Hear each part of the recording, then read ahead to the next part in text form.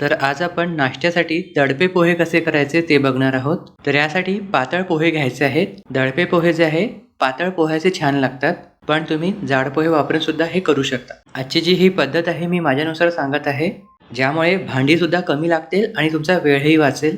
पातळ पोहे जर घेत असाल तर पोहे आपल्याला कुरकुरीत हवे असतात. वातळ किंवा नरम पोहे असेल तर खाताना चिवट लागतात, चावायला त्रास होऊ शकतो. जर कडकडीत ऊन असेल तर कडकडीत उन्हामध्ये तुम्ही वाळवून घेऊ शकता. नाहीतर मग मी जी प्रोसेस सांगितलेली आहे ती फॉलो करायची, म्हणजे वेळही वाचतो आणि भांडी सुद्धा कमी लागतात. तर सर्वात अगोदर ज्याही भांड्यामध्ये पोहे करणार असाल त्या भांड्यामध्ये फोडणी करायची आहे. यासाठी 2 मोठे चमचे तेल गरम करून घ्यायचं. तेल गरम झाल्यावर मोहरी, जिरं, शेंगदाणे, हिरव्या मिरच्या याची खमंग फोडणी करायची. शेंगदाणे जे आहे थोड्या वेळ तेलामध्ये परतून घ्यायचे. यानंतर कढीपत्ता, हिंग, चवीनुसार मीठ, जेवढंही मीठ लागेल पोह्यांना तेवढं आताच घातलेलं आहे. आणि गॅसचा फ्लेम लो करून पातळ पोहे घालायचे आहेत. तर बेसिकली जी फोडणी आपण दडपे पोह्यांवर घालत असतो त्याच फोडणीमध्ये पोहे भाजून घ्यायचे, म्हणजे पोहे जे आहे छान कुरकुरीत होतात. सेपरेट भाजायची गरज नाही आणि फोडणी सुद्धा मस्त पोह्यांना लागली जाते. तर पोहे आपल्याला फक्त 3 ते 4 मिनिटे भाजून घ्यायचे आहेत. चिवड्यासारखे भाजायची गरज नाही. तेल आणि मिठात भाजले म्हणजे ते आकसत सुद्धा नाही. 3 ते 4 मिनिटे भाजल्यावर गॅसचा फ्लेम बंद करून कढईमध्येच पूर्णपणे गार करून घ्यायचे. तर ही प्रोसेस तुम्ही अगोदरल्या रात्री सुद्धा करून ठेवू शकता. थंड झाल्यावर हवाबंद डब्यामध्ये भरून दुसऱ्या दिवशी सकाळी समोरच्या स्टेप्स वापरून 5 मिनिटात दडपे पोहे तयार करू शकता. तर आता हे जे पोहे आहे मस्त कुरकुरीत आहे. यामध्ये आवडीनुसार तिखट, आवडीनुसार पिठी साखर घातलेली आहे. चव घेऊन बघायची, मीठ लागल्यास मीठ ॲडजस्ट करायचं. इथे एक मोठा बारीक चिरलेला कांदा घेतलेला आहे. कांदा मी चॉपरमध्येच चॉप करून घेतला आहे.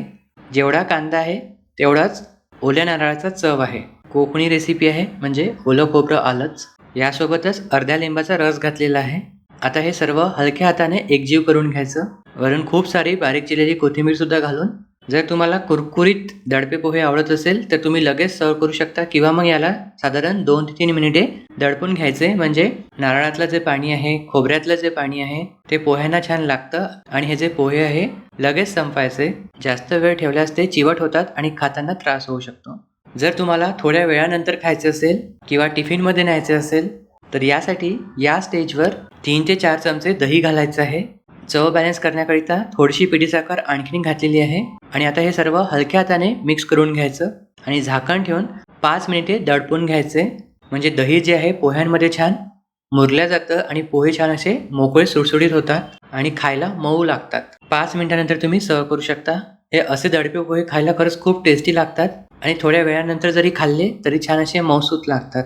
जर कुरकुरीत हवे असेल तर पहिली प्रोसेस पर्यंत करायचे आणि मऊसूत मस्त चविष्ट आंबट गोड तिखट हवे असेल दही घालून करायचे. तर आजची आपली नाश्त्याची प्लेट तयार आहे. नक्की ट्राय करून बघाल. कशी झाली कॉमेंट्समध्ये सांगाल आणि आवडल्यास लाईक करायला विसरू नका.